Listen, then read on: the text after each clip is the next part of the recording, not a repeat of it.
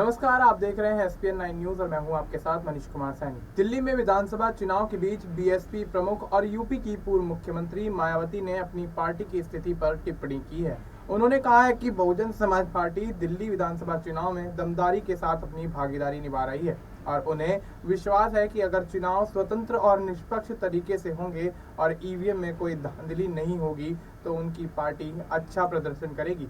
उन्होंने आगे कहा कि आकाश आनंद के नेतृत्व में दिल्ली में हमारे कार्यकर्ता लगे हुए हैं। मायावती ने यह भी कहा कि दिल्ली की सरकार गरीबों और विशेष रूप से झुग्गी झोपड़ी में रहने वाले यूपी और बिहार के लोगों के साथ सही व्यवहार नहीं कर रही है।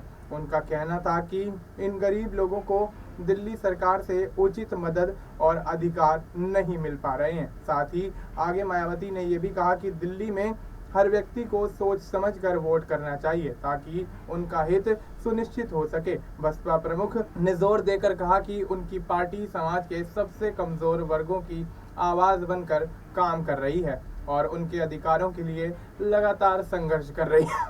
उन्होंने ये भी कहा कि दिल्ली में चुनावों के दौरान सभी राजनीतिक पार्टियों को ईमानदारी से चुनावी प्रक्रिया का पालन करना चाहिए ताकि लोगों के विश्वास को कायम रखा जा सके।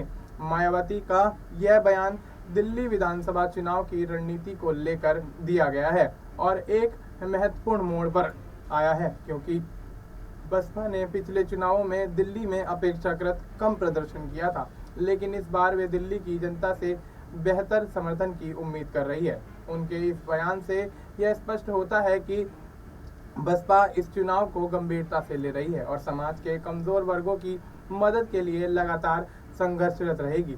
पूर्व मुख्यमंत्री और बसपा सुप्रीमो मायावती ने कहा कि चुनाव लोकतंत्र की रीढ़ है और बाहुबल व धनबल से दूर रहने वाली गरीबों मजलूमों की पार्टी बीएसपी आयोग से यह उम्मीद रखती है कि वह स्वतंत्र व निष्पक्ष चुनाव कराने के क्रम में सरकारी मशीनरी के दुरुपयोग के साथ ही सांप्रदायिकता और अन्य घिनौनी प्रचार से चुनाव को दूषित होने से बचाएगा। अब ऐसे में मायावती के इस बयान के बाद दिल्ली की सियासत में एक बड़ा हलचल मस्ती भी देखी जा रही है और ऐसे में मायावती के चुनाव लड़ने के ऐलान के साथ साथ आकाश आनंद के नेतृत्व में चुनाव लड़ने की बात से कहीं ना कहीं दिल्ली के अंदर सियासी हलचल बढ़ गई है। फिलहाल आपको इस मुद्दे पर क्या कुछ लगता है, आप अपनी राय हमें कमेंट करके बता सकते हैं। बाकी डिजिटल दुनिया से जुड़ी तमाम जानकारी के लिए आप देखते रहिए SPN9 न्यूज।